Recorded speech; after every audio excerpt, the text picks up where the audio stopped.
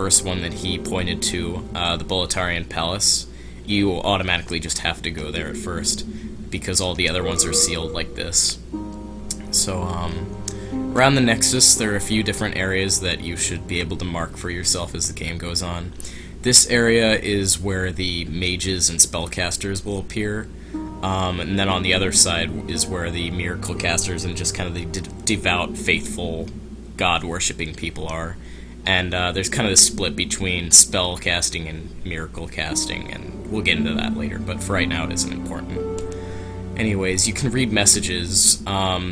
This is an online aspect of the game. When you're online, the game sort of implements a multiplayer aspect into the single player. It just kind of meshes together perfectly. It's very well done multiplayer, but you can see messages can be left on the ground by people, and that one in particular is just sort of a request for people to recommend the message.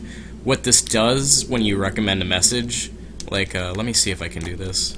You can write messages by pressing the select button, or you can recommend messages, and by doing so, their rating will increase by 1. It's not showing it right now, but basically whenever that person comes online, they will get a full health boost. I honestly don't find the use in it, because most of the time, the only time that my messages are recommended are after I log off, and then when I log on, even though I still have full health, I get a full health boost, so most of the time messages aren't your best friends. They don't help you a whole lot.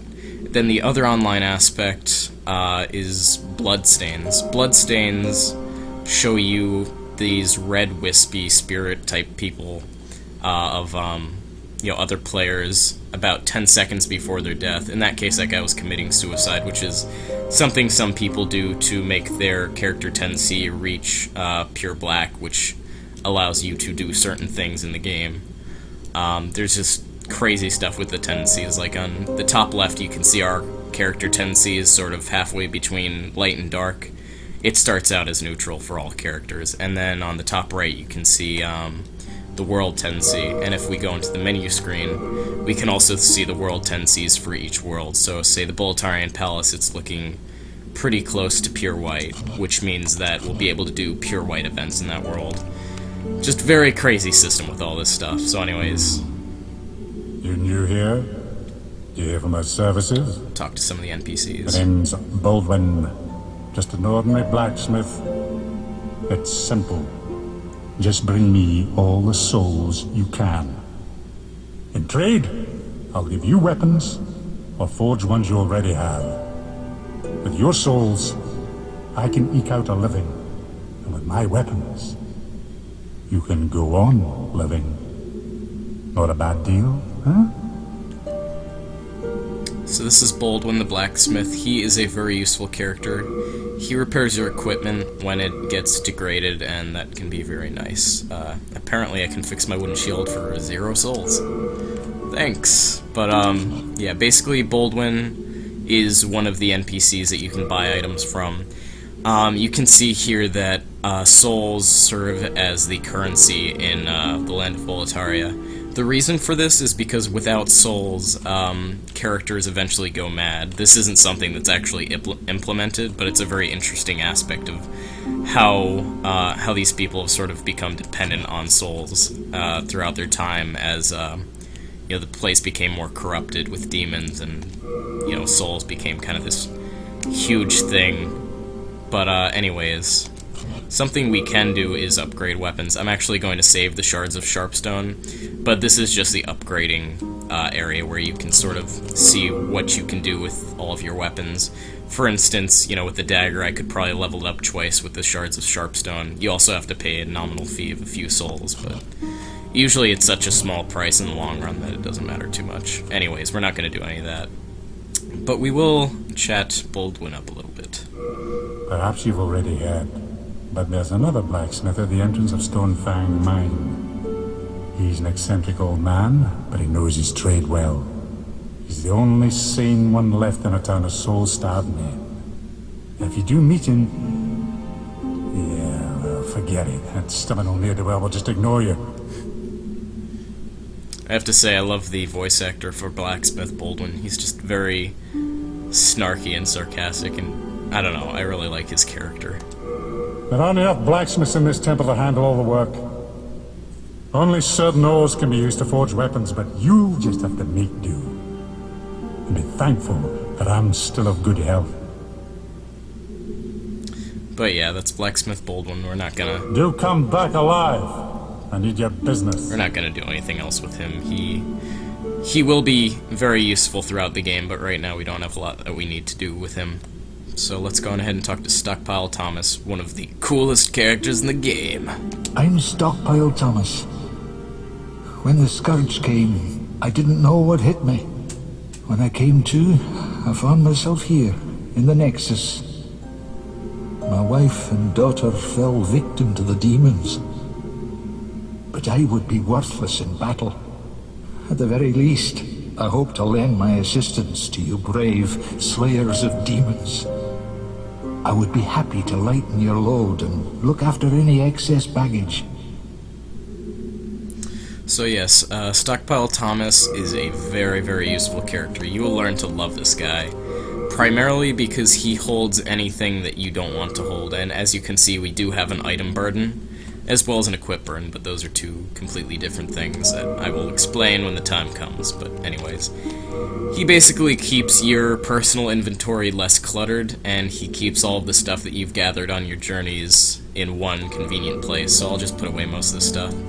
Also, we got the Nexial Binding. I didn't explain this, and I apologize for not explaining it earlier, but upon entering the Nexus, we got this, and more or less it functions just as an easy way to get back to the Nexus if you're in bad shape. Really, though, not many people use it, because at the price of returning to the Nexus, you also have to give up all the souls that you've collected.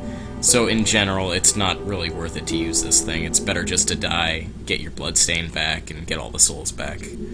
Which probably sounds confusing, so... Again, it's better to just explain this stuff as it comes. Sorry if I'm getting a bit ahead of myself. Rest assured, your goods are safe and sound with me.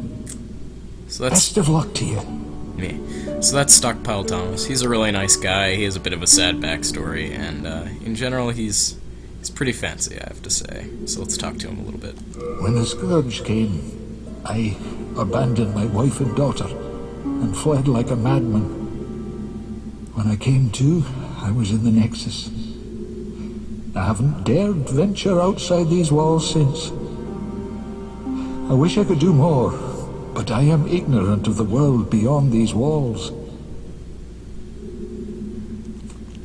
That Candle Maiden cared for me during my first days in the Nexus. She says very little, but has a kind heart.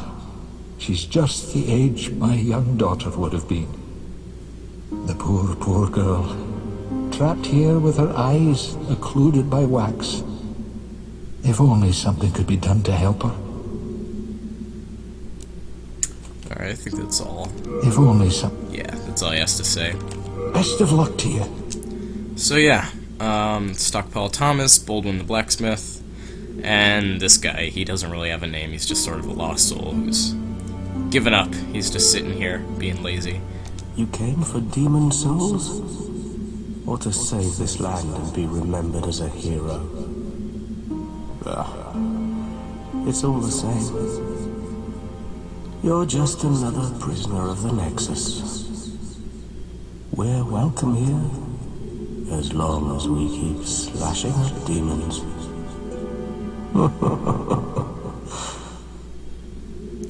So yeah, sorry this has been a very slow episode. This is sort of just an introduction to the Nexus.